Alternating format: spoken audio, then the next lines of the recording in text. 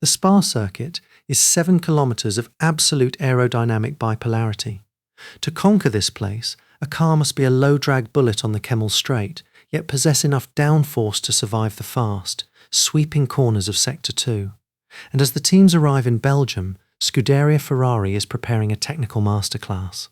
Under the leadership of Loic Serra and Diego Tondi, the team is deploying an aggressive, high-stakes upgrade package specifically designed to unleash a massive top-speed surge on the straights.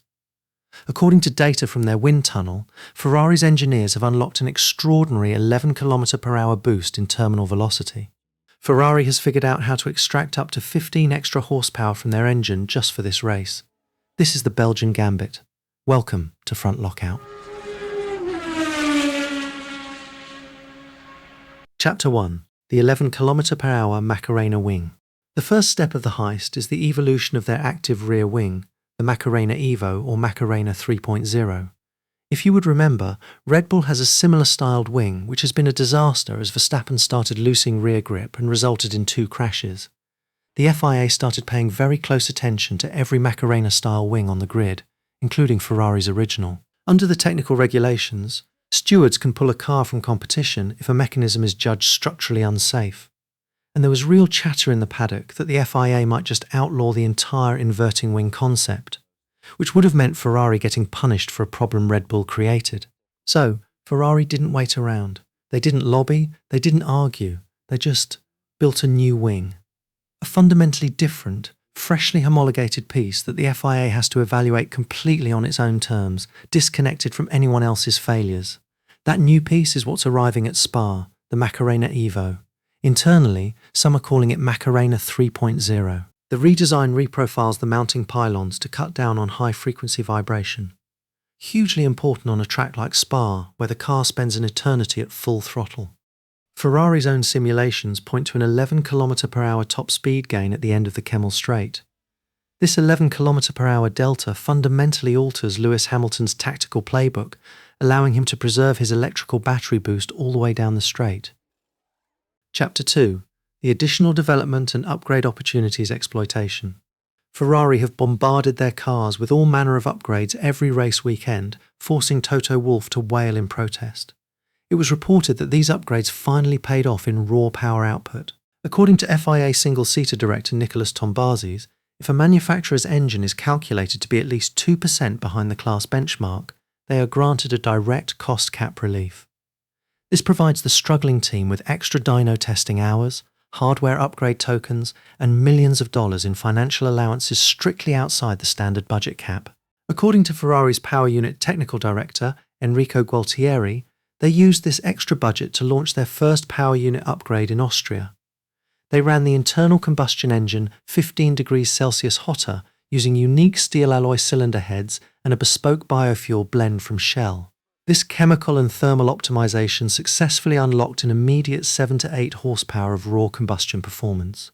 Some have argued that Ferrari intentionally fielded an underpowered car at the start of season, but whether that gamble, if any, will pay off is yet to be known. Chapter 3. The FTM sacrifice. But 7 to 8 horsepower was not enough for the long straights of Spa. To get the next batch of power, Ferrari is executing an equally drastic, high-stakes mechanical sacrifice, removing their flick-tail mode, or FTM, system. The FTM was an aggressive, spoon-shaped turning vane placed right above the exhaust pipe to blow gases under the floor for cornering downforce. But placing a physical obstruction directly in the path of the exhaust exit created severe back pressure within the engine. This back pressure restricted the engine's ability to exhale efficiently, choking the internal combustion process.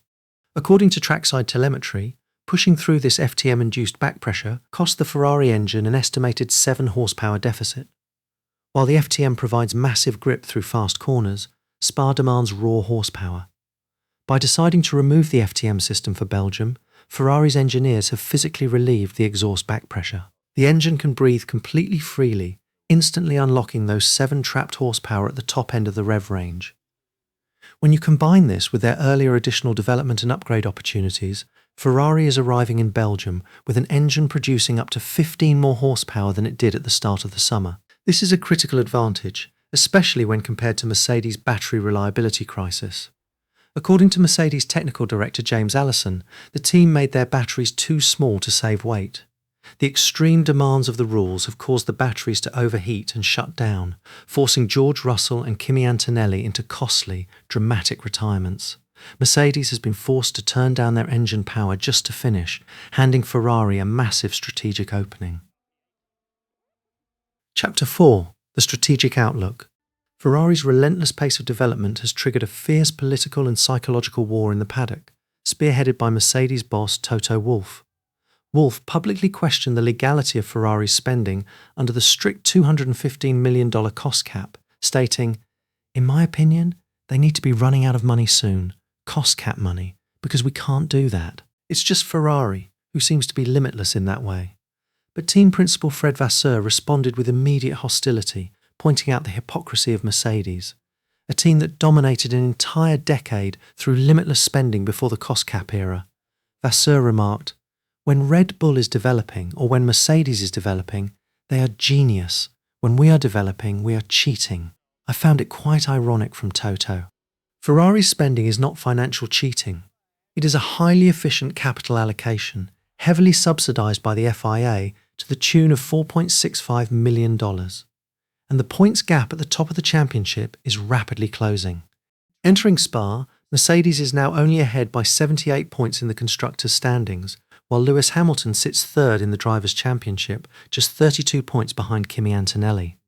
According to former Ferrari race engineer Rob Smedley, if these upgrades perform as simulated, Ferrari has a highly realistic, mathematical path to securing both the Drivers' and Constructors' World Championships. So, what do you think? Is Ferrari's three-step mechanical heist for Spa a stroke of engineering genius? Or is removing the FTM back pressure a dangerous gamble that will leave the car too loose and unstable in the corners of Sector 2? Can Lewis Hamilton use this 15 horsepower boost and 11 km/h top speed advantage to claim another historic victory? Or will Mercedes' battery fixes allow them to withstand the Italian assault? Let us know your thoughts in the comments below.